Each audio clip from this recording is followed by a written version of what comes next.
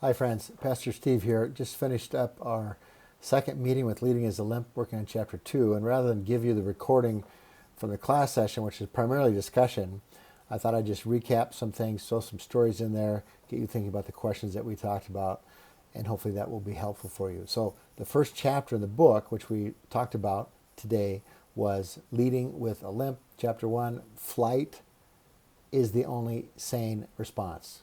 Flight. And if you got the sheet that Dave sent out with his email, you can access that now. But leading is hard work. You know, we have this idea, I thought all leaders love to lead. And some leaders do, and some days I really do, but actually that's not true. Leadership is hard. When I think about leading, I think about that leadership has a weight to it. So when I go on vacation, it used to take me 7 days to unwind, get the weight off my shoulders. Now it takes about a day. But the weight goes off, and I'm on vacation. I actually feel physically lighter because the problems, the questions, the challenges, they don't come to my phone, they don't walk in my office. It's just, I'm not a leader, and the weight is gone. Leadership is a heavy weight. You get all the questions, you get all the challenges, you get all the problems because you're the one who's supposed to be leading. And to top all this off, that makes leadership really challenging is we think as a culture to train leaders, well actually we train leadership the wrong way. We give them a leadership theory or leadership skills, but in fact it's who we are as leaders, our person, our character, that determines whether we lead well or not. And no one teaches us that. No one helps us be honest about our weaknesses or our brokenness, our wounds, how to get healed up, how to move forward. It's all about skills and theory on how to lead the bat. No, it's about character. Leadership is hard because it's about who we are as people, our character, and that plays out in how we lead. In chapter 1, he talks about God has a requirement for leaders, which is really interesting. It's not a normal kind of requirement you would think about, which is be reluctant and be leery of the dangers of leadership. Be reluctant to lead. And be aware that leadership is a dangerous business to be involved in. Because once you realize the weight of leadership, all the problems, all the challenges, all the stresses, every once in a while, the only sane response is to go, well, I don't know if I want to do this anymore. Or I would like to lead, but I don't want to lead that much. Can I just make it a smaller kind of leadership? Because it just gets overwhelming sometimes.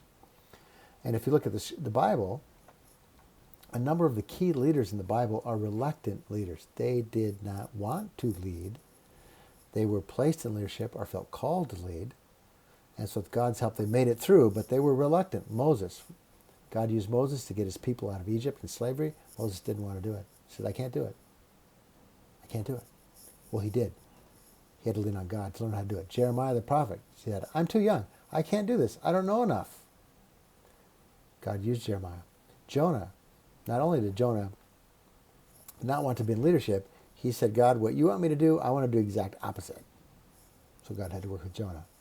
And then even Jesus himself, you have to take this right, but Jesus is a reluctant leader in that he did not do what normal leaders would have done. As a religious leader, he should have gone to Jerusalem, got to know the religious leaders of his day, climbed the ladder kind of, network, got in with the power people of the Jewish religion of the day. Jesus didn't. He stayed outside of Jerusalem for the most part. He was in outstate, small towns, villages. Jesus knew the dangers of leadership. So there's huge advantage to be reluctant to lead and to be leery of the difficult and challenges and dangers that it brings to us. And then the third main point from the chapter is God loves reluctant leaders because they are not seduced by power, pride, and ambition. Not seduced. Power, pride, and ambition, the three things that take leaders down and make leadership either worth its while or not worth its while. Power. Power is essential to leadership, right? A leader has power. It's in their hands and enables them to get things done. It's very important. But a reluctant leader goes, wow, power is dangerous. I can misuse it. I can use my power and actually damage people's lives or damage a company or damage an organization. Wow, I got to use power and hold it very lightly and very carefully. I don't want to hoard it. I actually want to learn to give it away. Reluctant leaders are not likely to get sucked in by the need to have power and keep it and just keep it to oneself. Pride. We can be seduced by pride as leaders. Pride is it's all about me, my success, what I'm doing, what I think, what I'm good at. Tell me that I'm good. Tell me that I'm great. That's pride. A reluctant leader knows it is ridiculous that God put me in this place to lead because I can't do it. On my own, I cannot do this and do it well. It's kind of a relief for us to know as leaders that it's okay to be reluctant and go, I don't think I can do this. It's my life story. In a senior in high school, in an accounting class I took as an elective, I don't like numbers, I don't know why, I took it just to get an elective. We had to interview someone in the accounting field, and then we had to stand in front of the class and give a 5-minute presentation. I'm a senior in high school. It's an elective class. I know most of the people in the class. I refused to do the assignment. I took an F on it. It was a third of my grade for that class. I was basically an A student in high school. I took an F on that major assignment, got a C in the class because I would not get up in front of the class and talk to 30 people. That God called me to be a pastor and speak and preach and teach on a weekly basis to a lot more than 30 people, that's ridiculous. And a reluctant leader knows, there's no pride in me because I know I can't do this on my own. Huge advantage reluctant leaders have. Also ambition. Ambition seduces leaders all of the time, and we talked around tables and lots of stories about this came out because it pushes us to more, the bigger, the better. I can do more, and if I succeed here, I can succeed there, and I can branch out and bigger and better. It doesn't matter what cost to our personal lives, our family, or the people that we're working with. We just have to do bigger and better. A reluctant leader says, you know what, ambition's fine. You need to have some plans, some goals.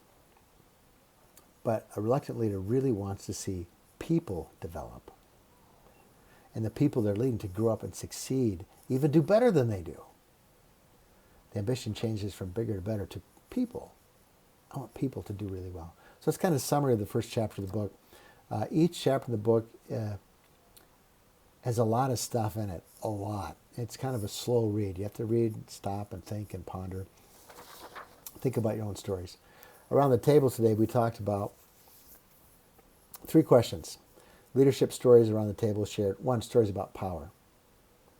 Just think about a time in your life as a leader when you struggled with power. Maybe you were trying to get it and you were misusing it, or maybe someone else was taking it away from you, or maybe someone else was abusing their power and it affected you and your life. And how did that experience shape how you think about, power today in your leadership? A quick story from one of my early leadership examples. There were 3 or 4 of us guys. We were in college or seminary working part-time in an office building. And we would get the mail from the post office, run errands, fix stuff, move boxes, pick people up at the airport. Part-time job. Making money while we were in school. And one day the manager of the building called me up and said, hey, Steve, finances are tight. You're going to have to cut everybody's hours by either 25 or 30%.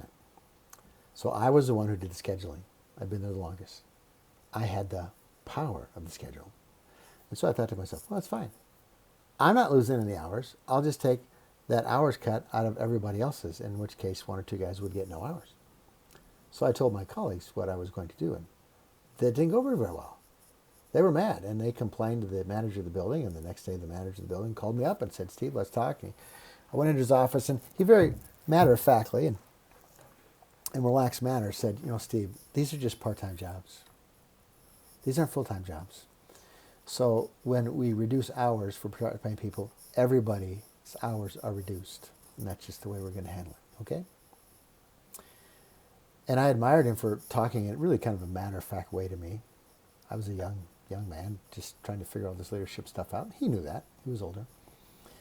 But what I had done was I had the power of the schedule, and I thought I was going to use my power to protect myself so that I didn't pay any price, but other people did.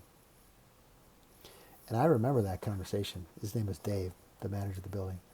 And I remembered that shaped how I think about power. I will not use power to protect myself anymore, because that's not what power is for. It's to serve. It's to serve. That's been very, very helpful for me. So think about stories of power in your own leadership. Then stories about pride. Think of a time when you as a leader struggled with pride. What prompted that struggle? How did your pride manifest itself? What made you realize that pride was taking over you? And then looking back, how has that affected how you view yourself and other people now? When I got out of seminary age 26, I was third in my class. Top student. Not top student, but in the top 5%. And some of my seminary professors thought, oh, you want to teach seminary, Steve? You could teach seminary. I said, no, I think I want to be a pastor, but thanks. But I felt at the top of my game. Pride. Better than my classmates. Pride. But I went to one of the smallest churches that any of my classmates were called to, a church of about 50 people. And I remember my first 3 years at that church and the next 7 years at my next church, I spent most of my time wishing I was someplace else. Because I knew I had so much to offer. Pride. It took me a long time to unlearn that pride, just be thankful for where I'm at, and serve God by serving His people where I'm at. So just think about yourself in the business world, different kinds of stories perhaps, but think about a time when you struggled with pride. What happened? How did it play out? And what have you learned? And then the third thing we talked about on the table is stories about ambition. Recall a time when you struggled with ambition. What impact did it have on your effectiveness as a leader and your organization? And looking back, how has that changed how you think about yourself as a leader today? Now, I'm not against ambition, neither is the author of the book, but ambition can run amok. Ambition means we just want what we think we need to have, and we'll go for it at all costs. Our personal health, our mental health, our spiritual health, the health of our family, the health of the people we work for and serve and manage. We don't care. We just must make sure this gets done. Ambition. And early in ministry, I struggle with that. I did. And maybe most young leaders do. I don't know.